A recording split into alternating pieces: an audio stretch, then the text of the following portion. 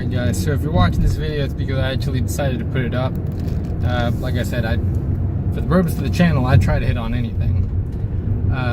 For the topic of today, first of all, let me explain that I'm a huge underdog fan in any concept, but I really like the Lions. Now with that said, the topic of the day, Lions versus Jets, what was supposed to be a gimme match. Just supposed to be the homecoming, the inauguration of the future of Detroit. And damn, was it ugly. I'm talking fugly, butt face ugly. I'm not sure how else to put it. Just hideous, terrible. Like, oh my god, everything that could go wrong did go wrong. Let me adjust this guy. It was just an ugly match. None of it made sense. Besides that first pick on the very first play against Darnold, that's the exact opposite sensation for the whole match. For me, I've always pitched the idea that I think Matt Stafford is a terrible quarterback. People are like, no man, look at the stats. I'm like, forget the stats for a second. He doesn't have accuracy. He doesn't have IQ. He wants to make plays happen that aren't there. He has good yardage, yes, but he also has a ton of picks, ridiculous picks. Always there's picks with him. And yesterday, just put that on display. Just ridiculous amount of picks. I think 3 or 4 were actually caught. One was turned into a fumble, so I don't know how they ruled that. Another one where one of the Jets defense caught it in the end zone, and I'm not sure it looked in. They said it wasn't, thank God for us. I mean, they pulled us a favor, but it was in.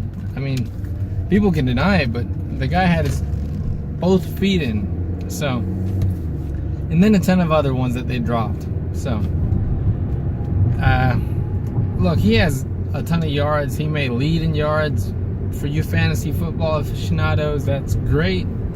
But let's play a game that if for every pick you take away 50 yards or 75 yards or whatever, you guys would have nothing. And I mean, that's every game. You wouldn't have the same quarterback, the same rating, the same yardage if you took away, let's say, figuratively 50 yards per pick.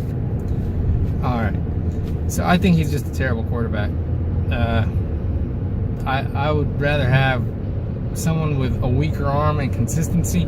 Look, I'm not sure, like, if people want to say, hey, look, he's got an arm. So does Rodgers, but you don't see Rodgers making the same mistakes.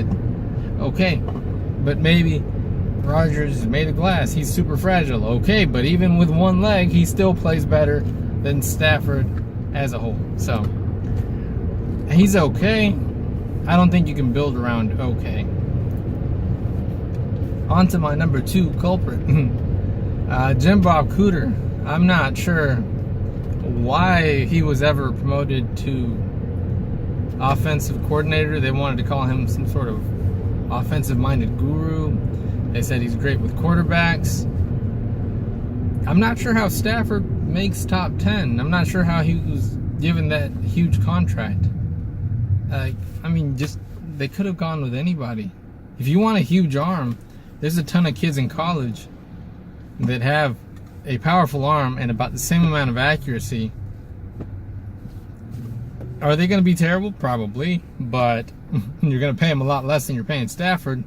That lets you pick a lot of better players. Jim Bob Cooter, I'm not sure what the guy I'm not sure what he's going for in general. I'm not sure what the hell he was thinking yesterday.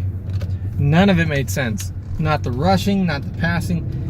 I mean, for the first time in a long time, you've got a lot of talent on both sides. You can rush and you can pass. You've got some good receivers.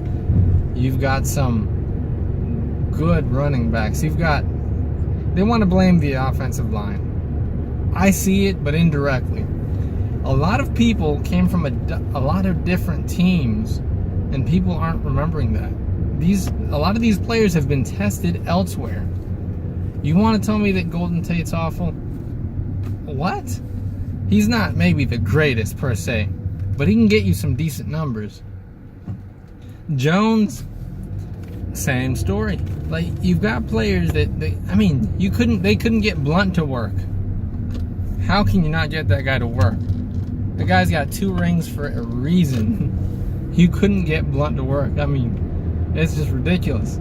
How bad is your offense? I'm not sure. Johnson, the new guy, they only played him for like 10 minutes, and they're like, let's send him back down. Clearly, this is too good for us. We're not there yet. So they broke Blunt. They couldn't get him to work. They wanted to stick to Riddick, and Johnson's like, you're too much a rookie. Let's sit you down. So the offense is it's stupid. And then the whole controversy that people know what they're doing because they don't switch up the play calling. They don't. So just stagnant. It's bad, and it doesn't change. It doesn't evolve. So look, I say put this man on the chopping block, and get him out of there. He has not. It's just a terrible way to start the season. And you want to put down, you want to demonstrate that we're not playing games. That Detroit is serious. The people upstairs mean business. Well, okay, but then show somebody. Like, fire somebody. They definitely deserve to be fired after a game like that. Jesus, it's just awful. It's terrible. Now on to Patricia. I'm going to cut this guy some slack because it's his very first real game. Look, man, if there is any point in your life where you want to pull a 180, other than giving up rocket science to become a coach, this is that point in your life where you say, hey, let me try something different. Let me change it all up. Let me throw this playbook away and write a new one. Because, like, if we see this, if anyone sees this again, I don't think even Jets enjoyed it after a while. Don't get me wrong. I know the fans enjoyed them winning, but I'm referring to, like, shit. You can't enjoy beating a team that's ranked amongst, like, the Browns. If you beat the Patriots, you're ecstatic. Like, shit. We just showed those guys.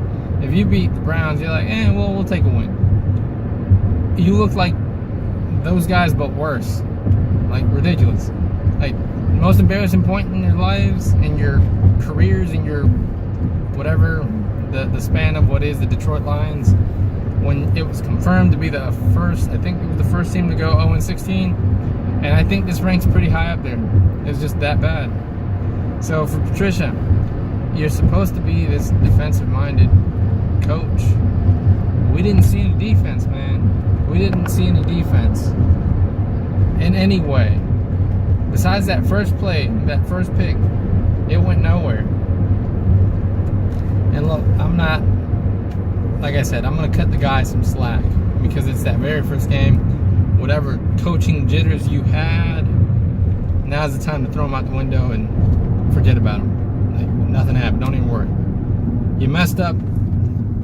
It's too late now. Shit. May this serve as one of those wake-up calls, and think this thoroughly how you want to go about managing this team, because I don't think you can see that again and keep your job very long. I think Jim should be gone. I really think he should be gone by the end of the week. I think Stafford, if you guys hadn't paid him so much, he should be gone. Like, even if you get a lesser quarterback, you'd still be paying him a lot less to make the same mistakes. This guy's supposed to be good. I mean, he's like, rookie mistakes. You can't call him new or young. The guy's been there a while. These mistakes are, I mean, and at some point when you can pick up that they're reading your plays, you as a quarterback should know what to do. Martha, if you're listening, you said it once before that the fans deserve better. They definitely do. We definitely do. We'd love to see it. Get the chopping block ready. Get the guillotine ready. Some heads got to roll. Some of these people do not belong here. Unless you really actually just want this team, a non-winning team. Because you already spent some decent money. You got players. And like I said, a lot of these players they're not scrubs. Like, they came from teams where they demonstrated that at worst they are okay players, and none of it worked yesterday. Like, absolutely none of it.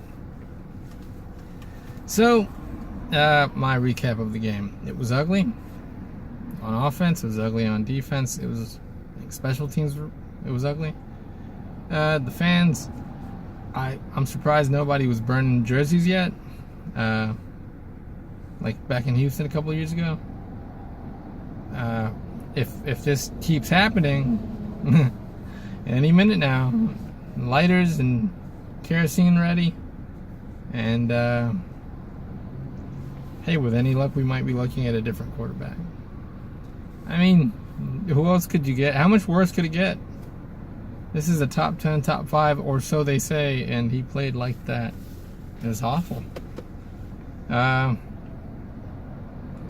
We play San Francisco, I think, in Levi Stadium next week, and Jimmy G was not the hype train that everyone expected to be. But I guess his people must be telling him the same thing I'm saying for Detroit. If you had any jitters of the real deal, the real experience running the show, there's your mulligan, there's your goose egg. Get out of your system and hit the ground running come Sunday. We'll see Sunday. We'll see if one of these was the real deal. Jimmy G and the 49ers, or Patricia's coaching and the Detroit Lions. One of them has to be real, or at least more real than the other. Hey, with any consolation, they both probably suck, and one has to win. I mean, other than like a draw, but highly unlikely. Somebody has to lose, and somebody has to look better than the other person.